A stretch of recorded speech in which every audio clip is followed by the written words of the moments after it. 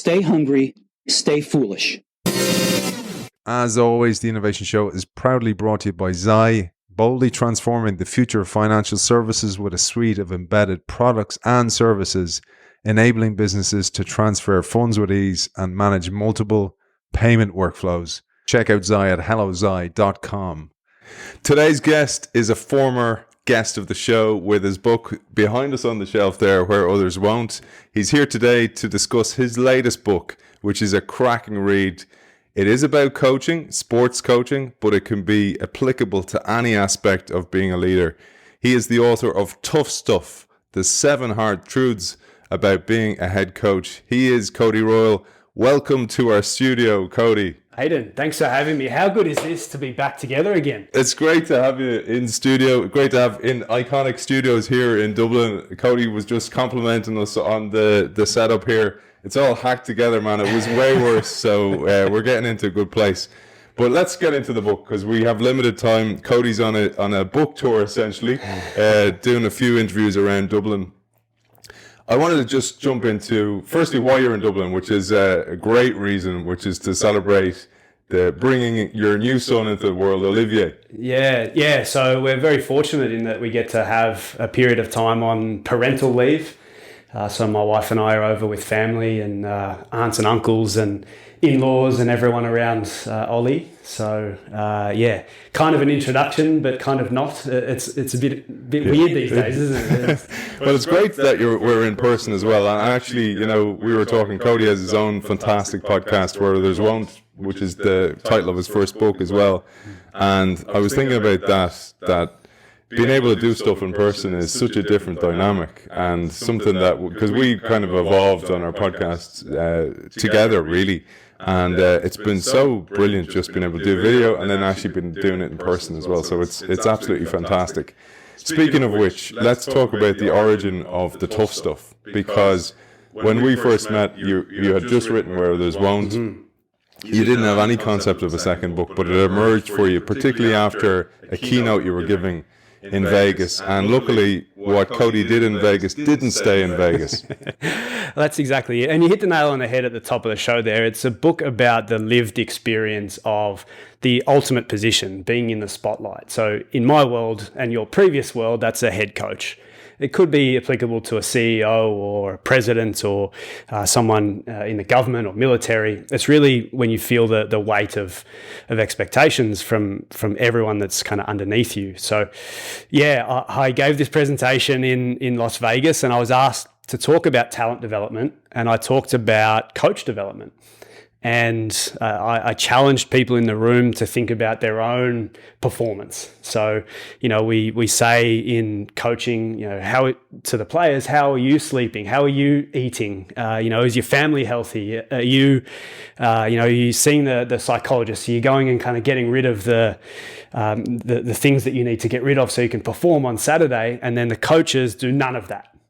And so I challenged everyone in the room to look after themselves and to think about those performance elements for themselves.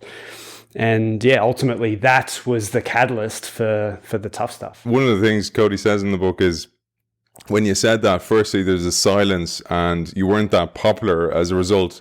But then gradually more and more people came forward and kind of going, hey man, all the stuff you were talking about there, that's happened to me. I'm experiencing it. And this avalanched and snowballed into actually becoming the book. I think I wasn't popular, one, because of the message, and two, because the guy after me was like Jester from Top Gun, like the guy that trains all the fighter pilots. So I think they were more so looking forward to him. You were like Goose. Exactly. I'm sure I was called a Goose that day as well. But no, it's been fascinating since writing the book, and even just on social media, people DM me and they're like, man, the first time that I saw you was at Leaders in Sport in Vegas. And I had no idea these people were even in the room.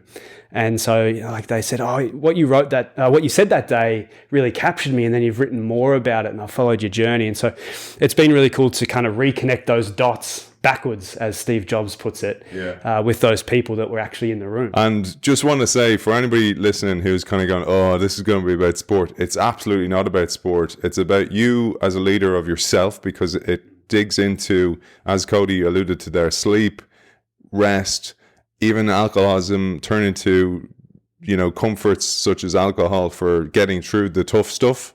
And there's a reason it's called the tough stuff, because there's 7 questions, and we're going to hopefully get through them all because Cody's under a bit of time pressure today. But let's talk about why it's the tough stuff, because this is about really looking yourself in the mirror and asking some tough questions.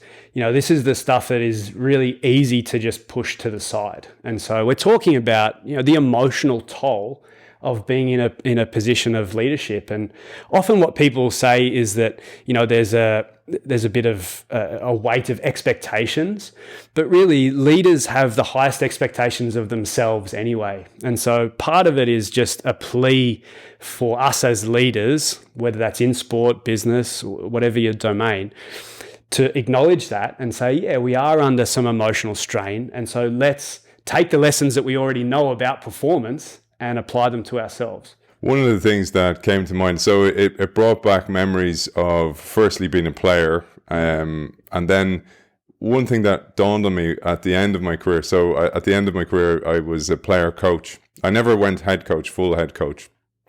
And when I was player coach, it dawned on me, I was like going, wow, I wish I knew the stuff I knew now, what it's like to be a coach as a player. And I thought it was really interesting for players to read this book, to go, because if you think about leaders in companies, it's the same thing. People kind of expect them to be superhuman, and they forget they're actually human. They've got problems, they've got challenges, they've got families. They're uprooting their family, bringing them around the world the whole time, etc. But back to that moment of being a player coach, the big difficulty for me was I retired from professional sport mainly because I was injured all the time. And when I went to be a player coach, then I felt kind of embarrassed because I couldn't lead by example the way I used to, because I was hobbling around the pitch. I was kind of held together with sellotape. And I used to come in the morning, and just to put it in context, it was 2008. I was an intern. I was 31. I was on 18 grand. So I was starting from scratch. I had a really hefty mortgage after that I could unfortunately have afforded because of being a player. And now the house was worth half what it was worth. I had a kid on the way. I was broken physically, and I was going into the gym every morning at 5 a.m. to just do prehab, so I'd be able to get through the games. So I remember a moment of that, looking in the mirror and kind of going, what can I do? And I was like, well, I can lead by example through the prehabilitation, the diet, the sleep as much as possible. When my son came along, you know what that's like now. But I was like, I can control the controllables. And this is one of the messages of the book here, is that the age of leadership of do as I say, not as I do, has to be over. We're seeing an outro of that period of life. And this is one of the huge messages of the book. Yeah, you're right. It's gone. It's got to be lead by example now. And, I think this is part of the reason we're seeing in the corporate world, especially, we're talking about the Great Resignation. And I think that is part of the people telling us as leaders that they want us to live the values that, we spend all this time in our boardrooms, and we do these polls, and we come up with our values and our culture and all these sort of things. And still leaders aren't exactly living what they're saying to the rest of the people. And I think part of what we're seeing is a reaction to that, and say, well, if you're not going to live it like you say you're living it, then I'm out. And it's certainly the case in sport as well. We were talking about Cody's writing style, which I really love. It reminds me of many of the academics, the way they write. I mentioned, for example, Francesca Gino's book up there, Rebel Talent, which is a great read. I said it to you and you're like, oh, yeah, well, that's a huge compliment. It is very like that, because just like her, when she had researchers helping her, obviously, for that book, which is a great read. She's a former guest on the show as well. But you did the research yourself through your podcast. So I mentioned how many coaches came forward and went, I experienced that, man. That's exactly what happened to me. And male and female. So you went across the full spectrum as well. In fact, spectrum of sports as well, which is important to say.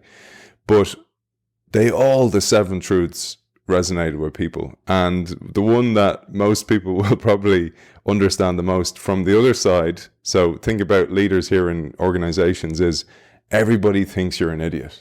So you're always doing something wrong by somebody. Somebody's always feeling let down or hard done by. I've been that soldier as well, thinking the coach was an idiot.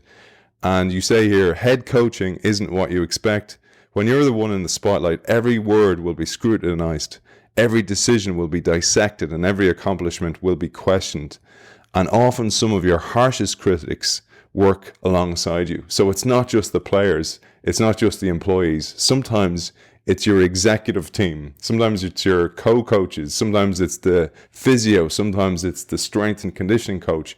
And sometimes they're all out to get you, and you don't even know why. And this can be very challenging. And this is what you call the weight as well, the weight on a coach. Yeah, that's exactly it. When my editor saw that line, so everyone thinks you're an idiot was actually just going to be a passage in the book. And when he saw that, he's like, that's got to be the first chapter.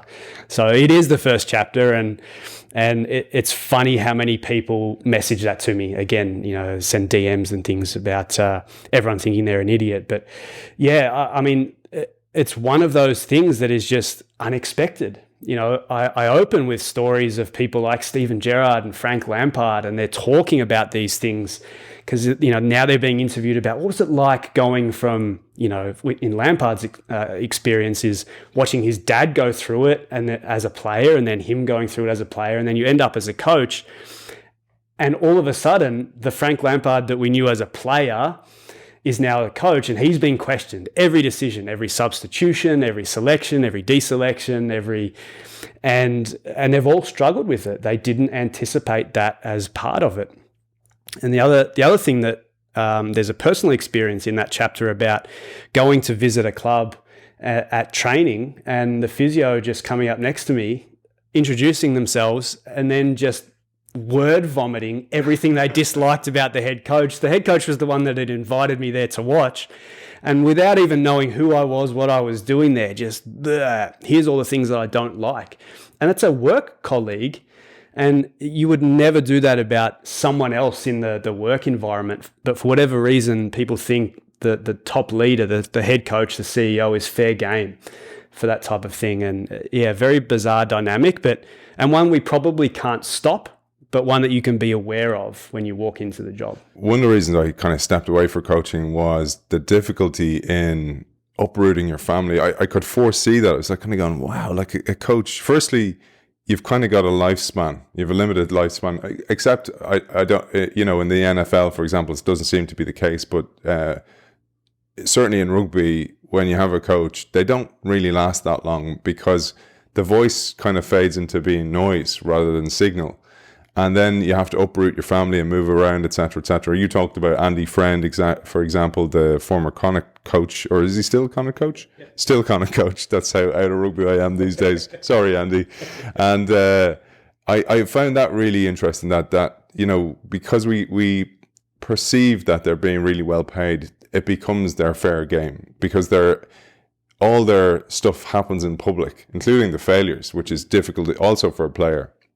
But I wanted to bring it back to the book because I pulled a little excerpt here. Former NFL executive Michael Lombardi once told you something profound in one of the interviews. He said, new coaches need to spend more time understanding why there was a job vacancy in the first place, because that resonates for so many of our listeners, because oftentimes when there's a job of head of innovation or head of change or transformation, we don't figure out why. I certainly made that mistake in the past as well. And you pay the price for that because you're kind of going, they don't need a head of innovation. Or maybe the head of innovation is a bit lipstick on a pig. It's a fake role that's the innovation project, is actually just say we have a head of innovation.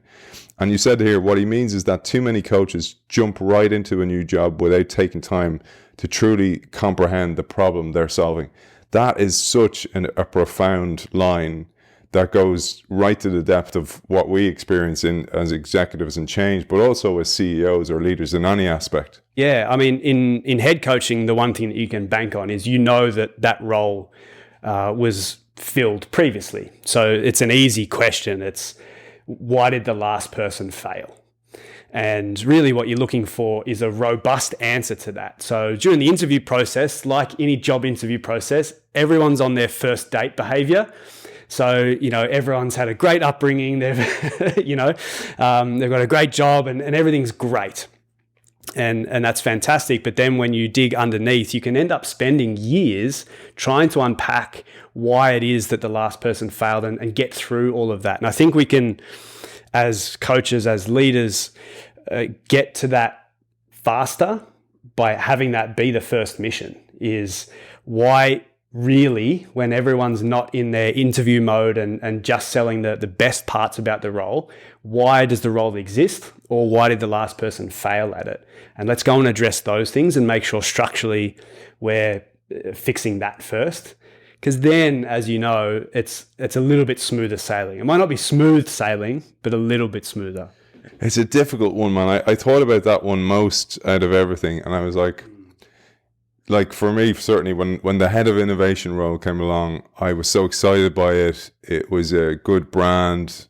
All these things worked, and I was like kind of going, oh, this looks great. And it'd be stupid to turn it down and to actually dig a little bit deeper, even though the gut feeling was there that, I don't know about this, but you're like, shut up, gut, I want this. Yeah. And any time I've ever done that in life, I don't know about you, it's always come back to bite me in the ass. Yeah, I used to work in recruiting, and one of the things that I would ask people as soon as they got into the elevator bay after their interview was like, what did your gut say? Because people have a really strong intuition as to those type of things. And so I was really interested to hear people's initial reactions to, once they'd walked out of there, because you do kind of know. So we're moving on to question 2 here, which is the question you ask yourself, and you got to look in the mirror, which is your fiercest rival is yourself. So you say here, your toughest battles aren't with worthy opponents on the field of play. Your ability to navigate the emotional toll of being a head coach will define your legacy more than wins and losses. That is pretty profound. You say, former Carlton Blues head coach Brendan Bolton points out, some of the issues is that the AFL, so Australian Football League, coaches have got 50 players that they treat like sons. And this is really key, I think, and this is the key for people when you're having empathy towards a leader in an organization. On top of those executives or coaches or players, they've got 15 coaches that they're really invested in. On top of that, they've got their own family and their own friends and their own life. And it's a huge burden on people. And if you're an empathetic leader, we were talking about this before, if you're empathetic on top of that, it really draws on your energy and it leaves you absolutely exhausted at the end of the day. And then you turn to other substances sometimes as a way to cope with all this. Yeah, exactly. This was probably the thing that tipped me over the edge in terms of writing this book. So yes, the Vegas presentation, kind of the formative idea. But when COVID hit, like, I don't know if you remember, but those first couple of months, we were talking about leagues folding in sports. And so every head coach was sitting in their back garden thinking, shit, I have invested my life into this and my club might fold, the league might fold, we might be done, and I don't have anything else and I don't know what to do. Plus, I've got 100 people that I care about, like children. And so when I started calling around and seeing what my friends and other coaches were going through, it was this like emotional toll. And that's why I talk about like the weight of caring about people if you are empathetic. And I think it goes massively overlooked that is constantly going through the minds. That's what coaches are up thinking about at 3 a.m. It's not strategy and game plans and whether to, this X and this O go in this direction. It's how are my people doing? Have I prepared my people for what they need to do? Because I give a shit. And again, I think it's a massive miss for us to overlook that as leaders, because they have no support mechanism to help deal with that. We were talking about this before we came on air because I was saying about the parallels between this and being a leader in an organization, in that sometimes, say I'm head coach and I know I get on well with Cody, he's on my coaching staff, but I can't confide in you because I'm going, that's a weakness. If I tell him I'm struggling here, it's a weakness. So it becomes a really lonely place. And as you say, Eddie Jones, who's now the coach of the English rugby team, but he was coach of both Japan and Australia in the past, he said, like, it's the most loneliest role in the world. Yeah, Eddie's autobiography was really central to me writing this passage in particular, because it's 3 pages in to his autobiography where he's talking about loneliness. This is someone who's been to the World Cup final 3 times, coached Japan to beat South Africa. Like, it should be about awards and winning and all these great stories, going to the bar and rugby and blah, blah, blah. 3 pages into his autobiography, he's talking about loneliness. And what he says is, when he got the Australia job, which was, he's an Aussie kid, you know, and it was his dream job. He's like, my predecessor said to me, "You're now the loneliest man in Australia." And I think about, you've just got your dream job, and the person that's doing the job has just finished doing the job is like, yeah, good for you, but you're now the loneliest man in Australia. You've got no one to turn to. Poison chalice. Yeah. And speaking of poison chalice, this is one of the ways you cope, because you bravely talk about this. So many coaches and many leaders, and I'm sure some of our listeners, because of just the odds of the numbers here, one of the things you do is turn to substance abuse. And many people did this during COVID. They turned to alcohol or food as a way to comfort themselves and get through it all. And that led to being problematic, and it became difficult to come out of that afterwards. Many coaches go through this. Like, you kind of mentioned this at the start, where you were like, the coaches are like, don't drink, you got to look, your body's a temple, etc. And then like drink themselves to sleep at night with a bottle or 2 of wine or a few beers or whatever. This is very prevalent, and it's also prevalent for many executives who work in organizations that are psychologically unsafe, or they're under huge amount of pressure, and they need to find a way out, and oftentimes don't have the support network. And this is a huge part of your work itself. But let's talk about the alcohol, because that is almost a taboo subject that we need to talk about. Yeah, we do. And that's the thing, is when you're writing about emotional topics like this, you know, obviously we've been talking about other people's anecdotes and examples and lived experience, but mine are in there too. And this is a big one for me, has been, you know, I wouldn't call it a battle with alcohol, but I've certainly abused alcohol. I was raised in Australia. I was raised to, you know, every barbecue, every post game at football, our whole livelihoods kind of evolved around that. And I struggled with believing that my friends didn't actually like my company unless I was buzzed. And so, and that manifested even more and more as more stressors started to come onto me as I was coaching. So, you know, pre-game, for instance, where you are worried about preparing your team, there's no way I was getting to sleep. And I've spoken to coaches the world over, and probably the thing that people have messaged me the most about and sent emails is alcohol, and struggling to get off using it to even get to sleep. Wow. And you think about the slippery slope of that is, then the players know, they see your eyes, they smell you when you come into the facility the next morning, or your staff know when you slink into the office or the boardroom, but you can't get out of the cycle. And so, yeah, it's something that I've struggled with and been able to reform my habits on after some work during COVID, you know, working with a therapist. And I would encourage people, if it is a struggle for you, to think about getting some help, even as an accountability partner. Have someone help you through the process, even if it is just to reduce the amount of alcohol, not necessarily quit. I was thinking about my children. So I was thinking, for example, my son got an Oculus. So we had the confirmation here in Ireland, and he got his confirmation money. He bought an Oculus. He wanted to buy an Oculus.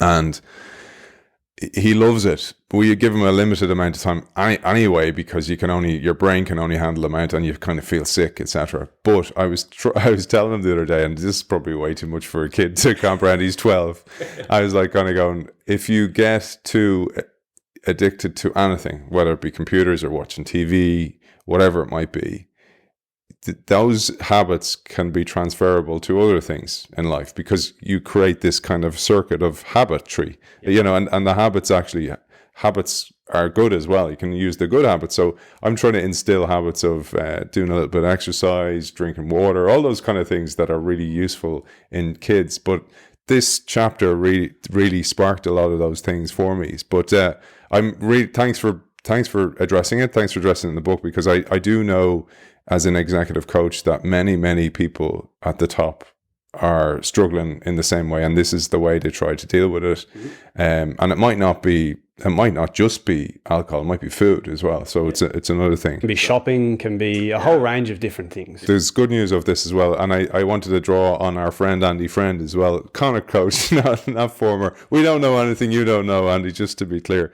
But the reason I say this is he said something that was really important, which is, and I've struggled in this, where you're so involved in your job and you think it's everything, it's your world, and you think everything revolves around that job, but it's a tiny little bubble and a tiny pale blue dot in the universe. It doesn't really matter at the end of the day. Yes, it matters for paying your mortgage and all those things, and it's disruptive if you lose your job or anything like that. But Andy talked about, the pressures from media. Everybody knows him. It's, there's Connacht coach nudging each other. He can't go for a coffee, etc. I'm elaborating here a bit. But then he goes to somewhere at a different part of the world. Nobody knows him, but more than that, nobody cares who he is. And there's some comfort in that, because it really doesn't matter. And from even doing the podcast, many people who approach me about writing or podcasts will say, oh, what will they think? And I'm going, who's they? And they're kind of going, people. And I'm kind of going, are you really going to let your dreams be dictated by people you don't even know? And the answer is usually yes for so many people. The fear of that. And I just thought that was such a liberating part about when you move outside your bubble, nobody really cares. Yeah. And hey, I've walked around Galway with Andy. I've been over to his house and spent some time with him and Kez, and yeah, we walked around trying to get a coffee and a bite to eat, and we stopped every 5 yards for someone to have a chat about what was going on the weekend, or and so it does become consuming. But then there are opportunities to reframe that, really, and that's the identity piece. I spent quite a bit of time in the book talking about identity and who you are and who you associate with, and I think that really ties into it. Is, does this matter? Yeah. And does this matter to me and my being, or is this for other people? And if it is for other people, maybe that's okay. But yeah, I think it's worthwhile, particularly as leaders, going through, even as a project, to identify that. Who is this for? Who am I? If I move around the world, is it still the same? It's a great segue for the next one. So point 3 or question 3 is that you don't possess the God particle. And here you say the great paradox of coaching is that it is both not about you and entirely about you. Yeah. So let's unpack that one. Yeah. So I really dislike the whole phrasing around, leadership isn't about you, because it absolutely is. They've studied in multitudes of different ways, contagion theory. And, we know in the workplace, there's the studies around sitting within 10 yards of a high performer makes everyone around them a high performer. And then similarly, a low performer drags everyone else back down. They've studied, what leaders do to people and high performing leaders. And so it is absolutely about you. So I think what we get wrong is we just say ego, we bundle it into ego. It's not about you. But ultimately, your behaviors dictate the behaviors of your team members. Your performance dictates the behaviors of your team members. And so, again, this is a bit of a call to action to maybe reframe that and say, well, it's not about you ultimately. It's about the team and getting them to perform at a high level. But how you do that is you pay attention to yourself and your behaviors and your performance, knowing that they're going to copy you. And one of the other things that happens is, like you mentioned, Andy, for example, so your ego can get ahead of you sometimes as a coach. So the media, everyone wants to know you, particularly if you're a winning coach. And you can, just like what happens as an executive, like I mentioned there, you think the world revolves around this persona that you have, which isn't really you. If you peel away, it's like you're playing a role here.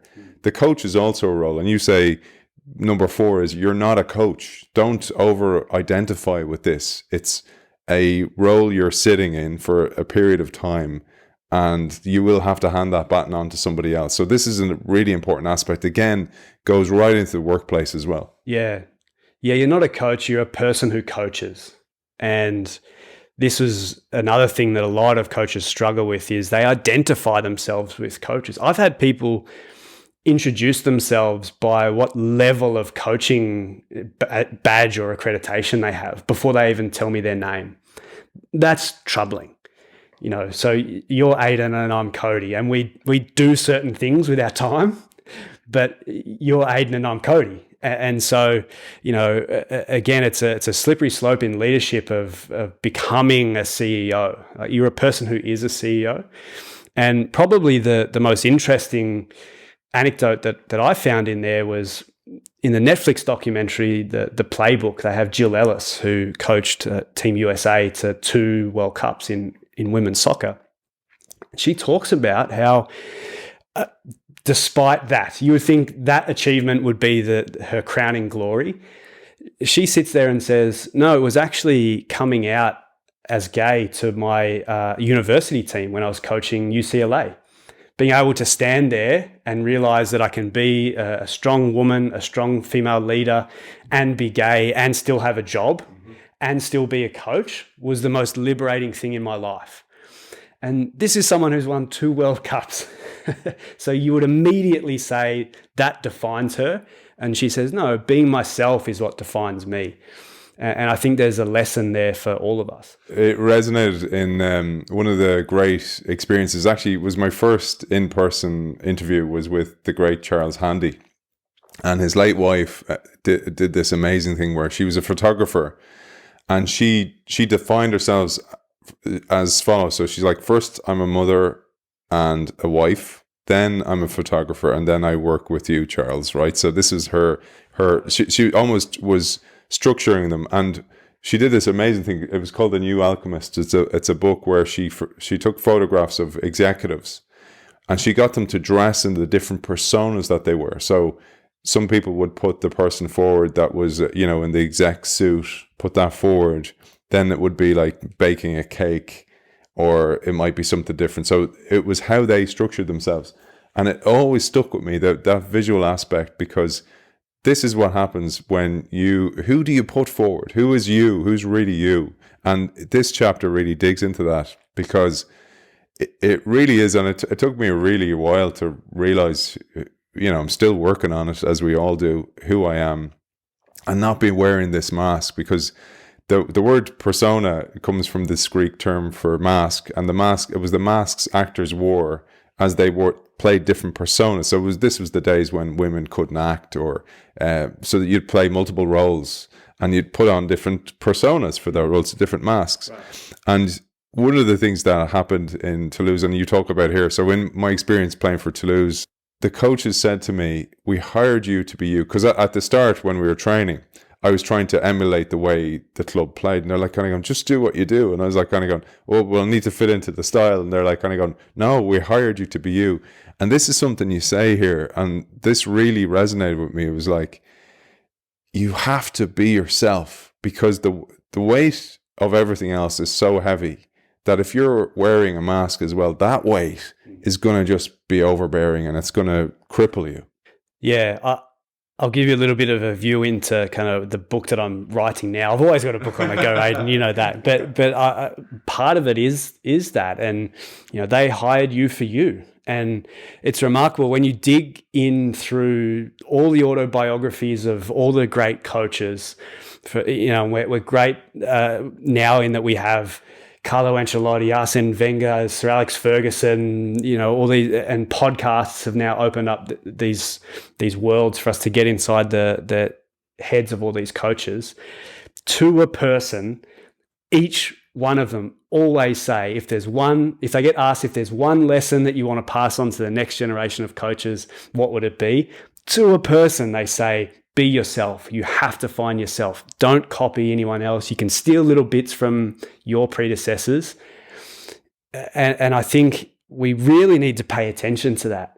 Our forefathers are telling us, they're giving us the goal. Be yourself, find yourself. understand what you really believe in as a leader, and be that. And I think we tend to gloss over that so quickly. But the people that are doing the job right now are saying, en masse, they're saying the same thing. So let's listen. You talk in this chapter as well about psychometric profiling, for example. Some players have had that done. You've had that done. You've had work done on that, because part of that understanding yourself is, what are my values, all that type of value work for yourself. Like what do you want to be known as?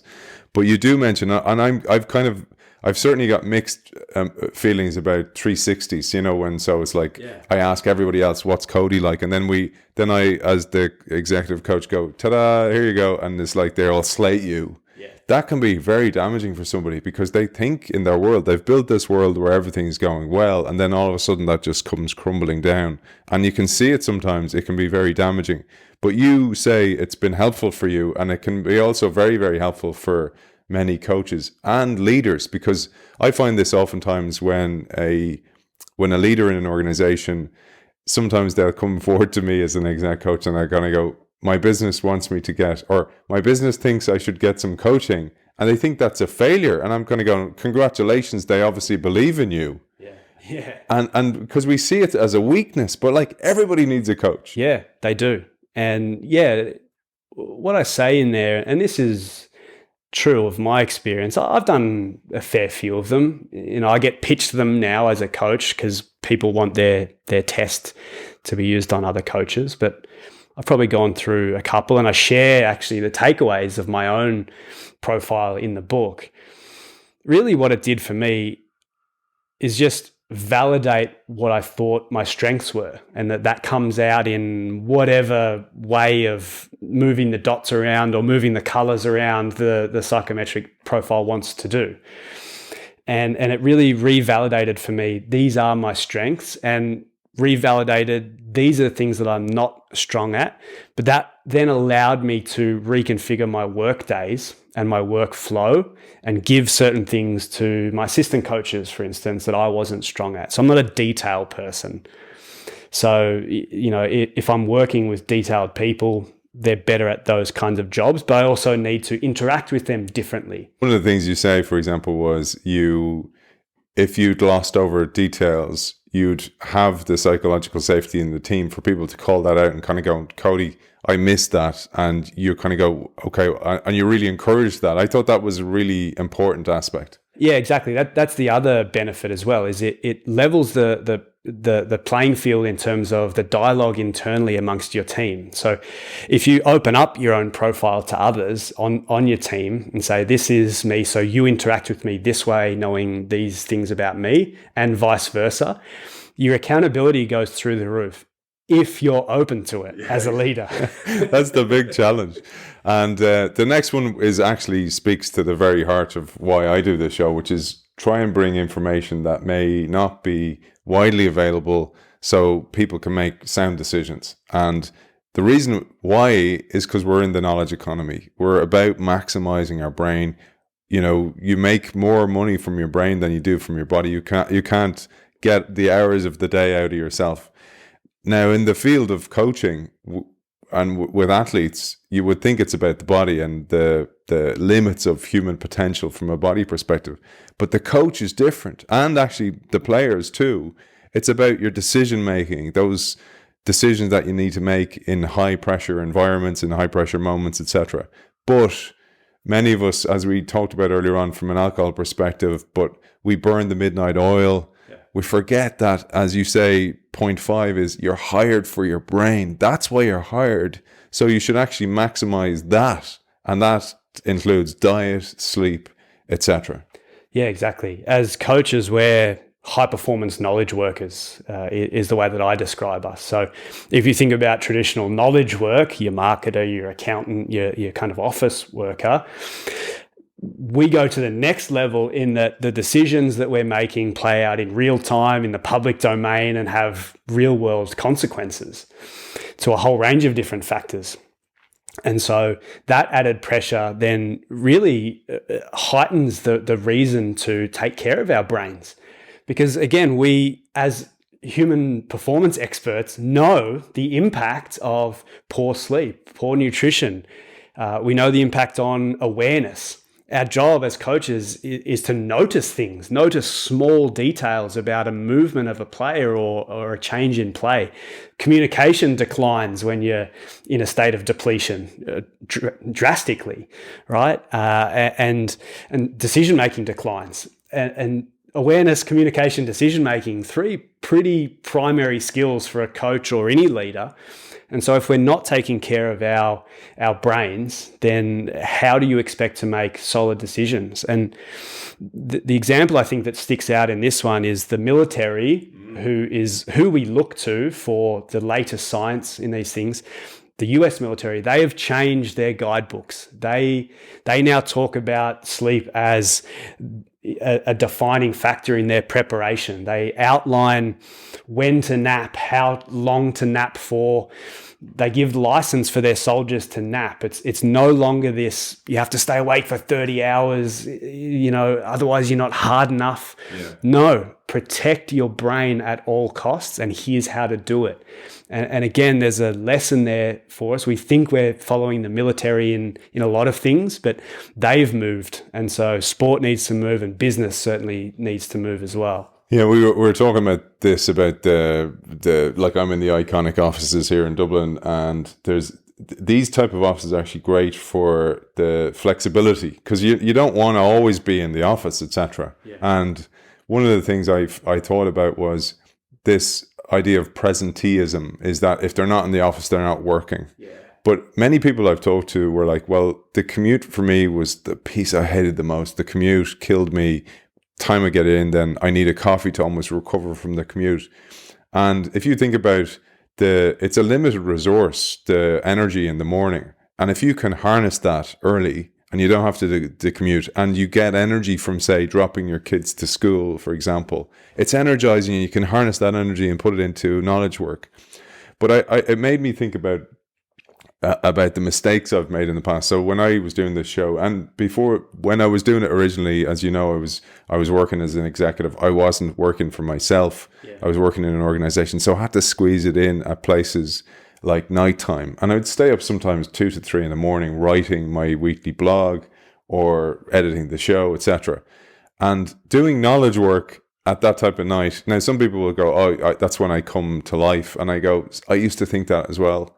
But because of COVID and because of that time, it made me reassess everything. So I started to prioritize stuff like, going to bed early, reading in bed for a few minutes, which would inevitably make me go to sleep. But then I'd be up earlier and I'd be more energetic in the morning. So it just reshuffled things and recalibrated.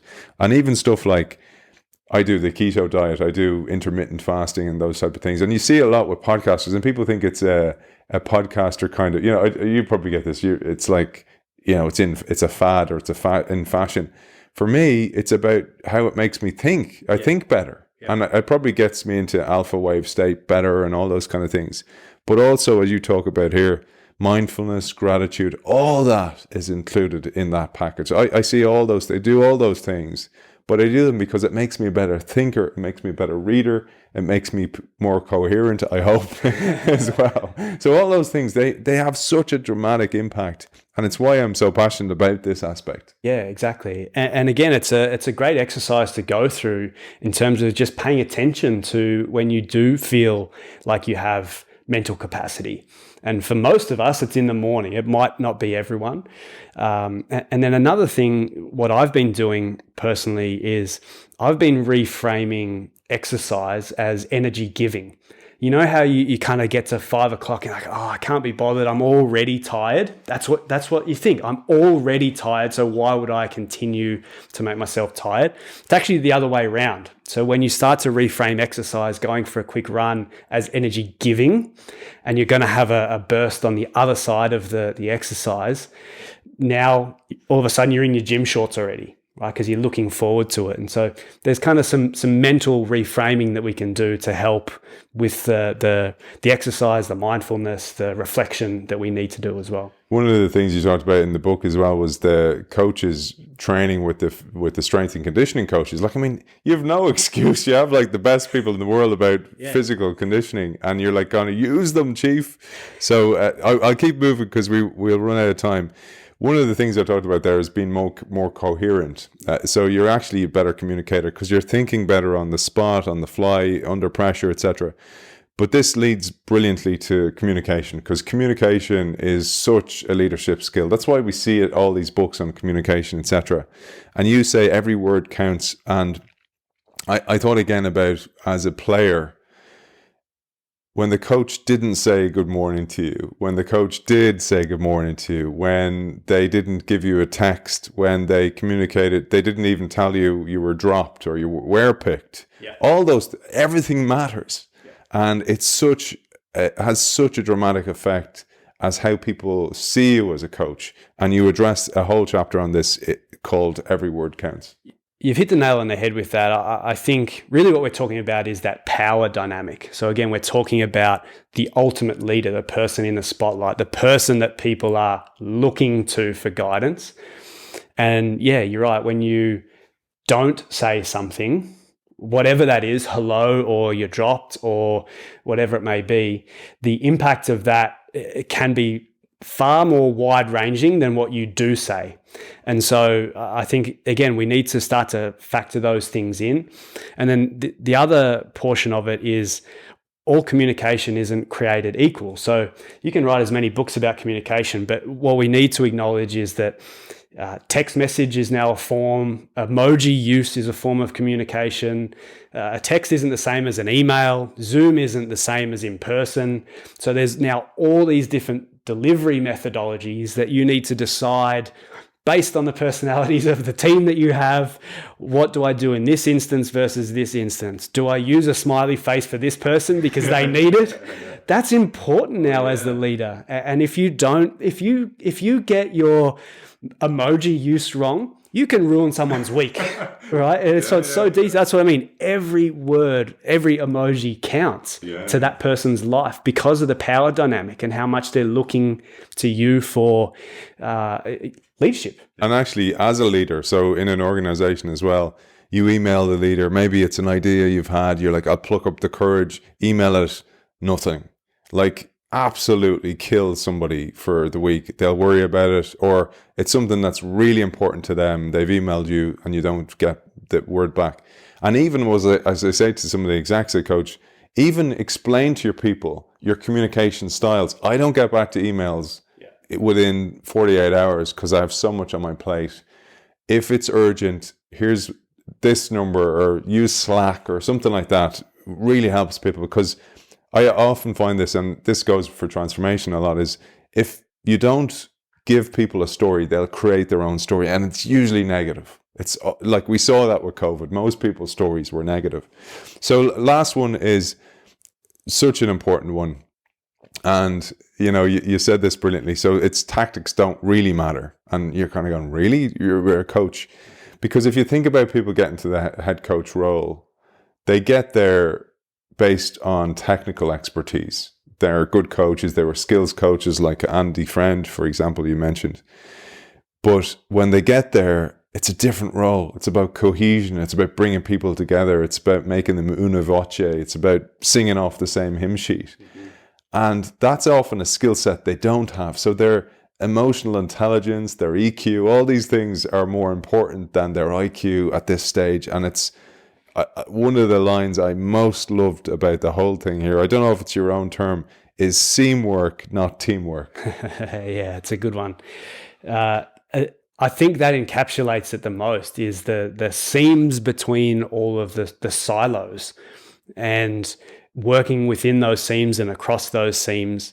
Really, it's about moving from the mechanics of coaching, leadership, into the dynamics. Because it's bringing groups together, and there's a term in soccer called the single organism, which is we all move as one. Beautiful. Right? And so I love that.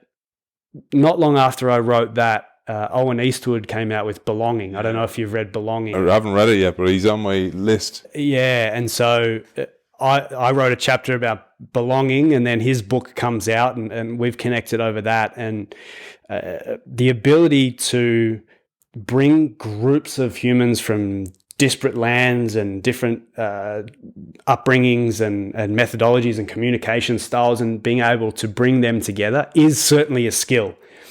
And it's not one that's often practiced as you're coming up the chain. And that's the most interesting thing this is why I talk about mechanics versus dynamics, is the mechanics often get you to the top, right? You sell the most, you're the best at doing the job. And then all of a sudden it becomes human dynamics becomes your job.